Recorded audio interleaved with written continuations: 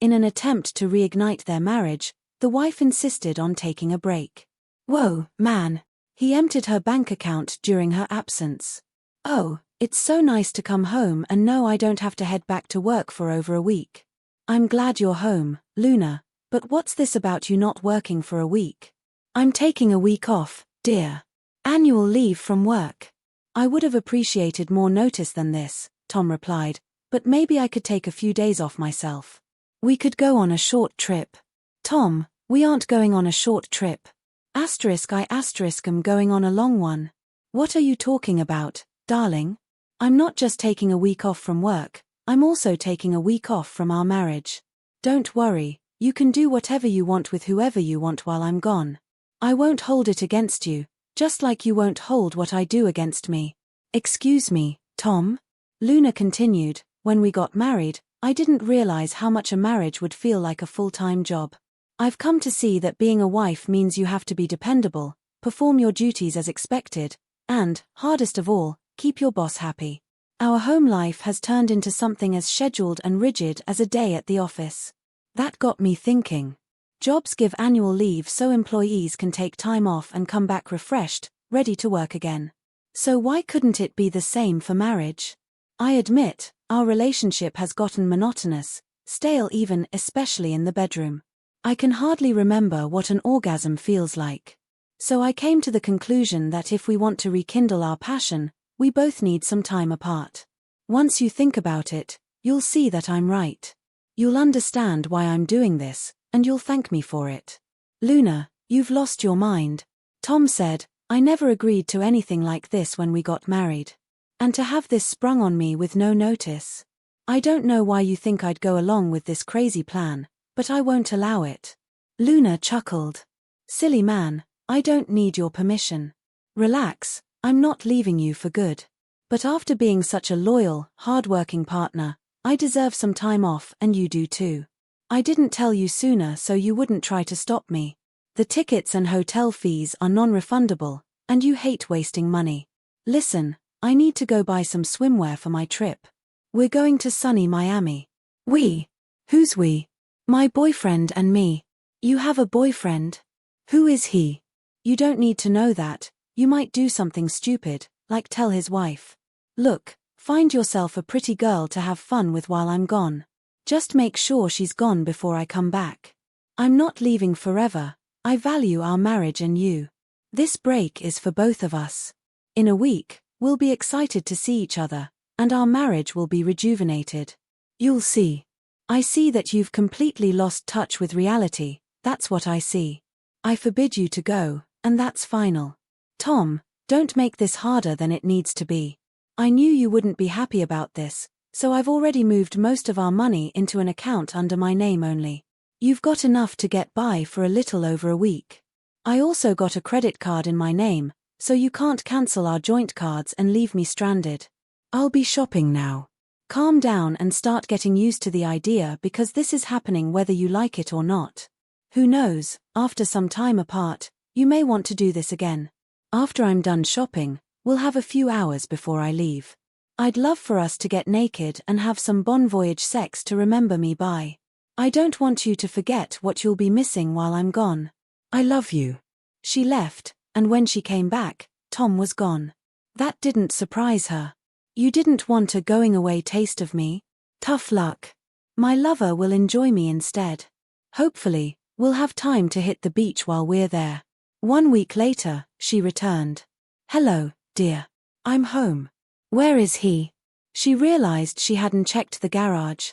His car was gone. She looked around the house. Nothing seemed out of place. As she made her way upstairs, she feared the worst. His belongings were missing. Damn. He's throwing a tantrum. I hope he didn't already file for divorce. Once he finds out how much he stands to lose, he'll come crawling back. The sex with my boyfriend was good, but I did miss certain things I could only do with Tom. When he apologizes, I'll forgive him and then take him to bed and screw his brains out. Everything will be back to normal. Luna was sure that Tom would return soon. After she finished unpacking and got ready for bed, she fell asleep easily, exhausted from the trip. The next morning, as she reached over in bed, She momentarily forgot Tom wasn't there. Oh well, he'll be back soon. She went downstairs and immediately noticed there was no fresh coffee waiting for her, as there had always been since they got married.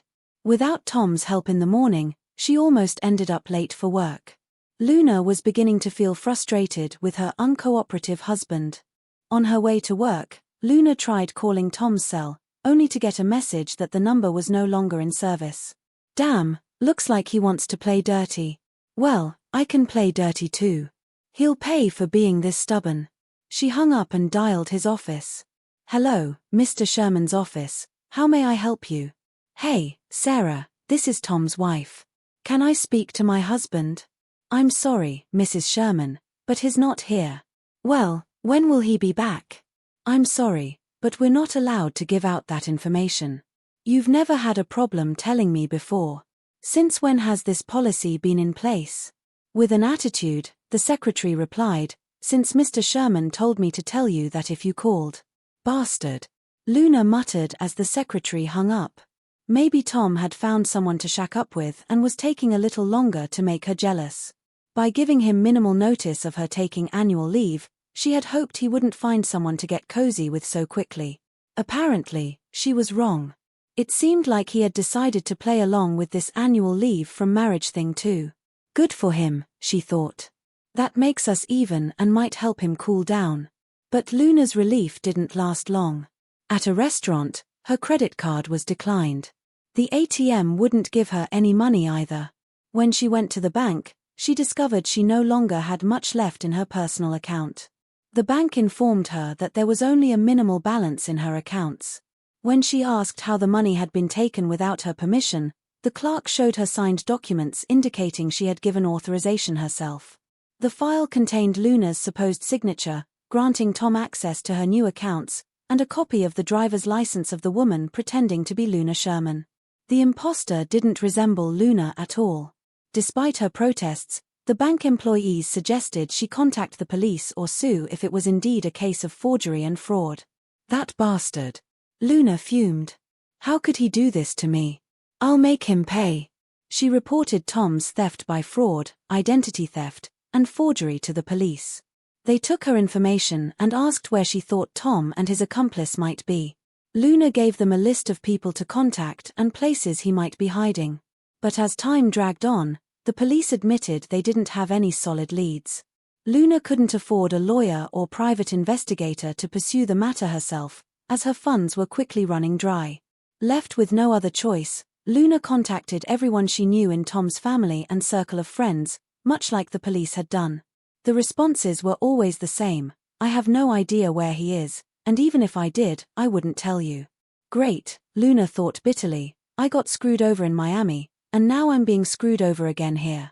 There's no way I can live in this house and cover all the bills by myself if he doesn't come back soon. She looked into selling the house, but quickly discovered she couldn't since it was in both their names. She wasn't able to file for divorce on the grounds of abandonment, as he hadn't been gone long enough. Luna was advised she could go through the regular divorce process, but she would lose the house in the meantime. With no other options, Luna declared bankruptcy to get a fresh start. It was on moving day when she received the letter. Luna, you clearly thought I had no choice but to sit around and wait for you to finish your fling and come back to me. I guess you forgot what I do for a living. Over the years, I've worked as a defense attorney for several counterfeiters. I came across some talented ones, many of whom were also quite skilled at forgery. There was one woman I remembered particularly well because she was absolutely stunning. After she had served her time, I tracked her down and approached her for help. At first, she thought I was trying to entrap her and prove she was still committing crimes. Once I reassured her, she shared her struggles with me. She was broke, teetering between returning to a life of crime or becoming a prostitute. To my surprise, she agreed to help me on one condition: I had to take her with me when I left and set up a new identity for us both. One night with her in bed was enough to convince me what a good deal this would be. She crafted a driver's license with all your information but her picture. Then, posing as you, she went to the bank and forged your signature. The forgery was so flawless, no one challenged it. None of the bank staff knew you personally, so it didn't matter that she didn't look like you. All that mattered was that she matched her fake ID. Initially, my plan was to respond to your 1-week annual leave with a year-long sabbatical of my own, after returning your money to you. But I'll never forget the way you treated me before you left that afternoon. My generosity has run out. I've now decided not to take a sabbatical or go through with a divorce. After spending some time with my new girlfriend, I've come to a decision. Luna, since you seem to like comparing marriage to a job, consider yourself dismissed.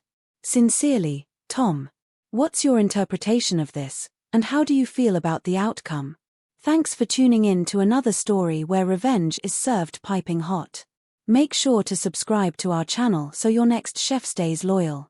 Tune in next time for another story to satisfy your appetite for revenge. And remember, if you're under 18, this content is not for the faint-hearted.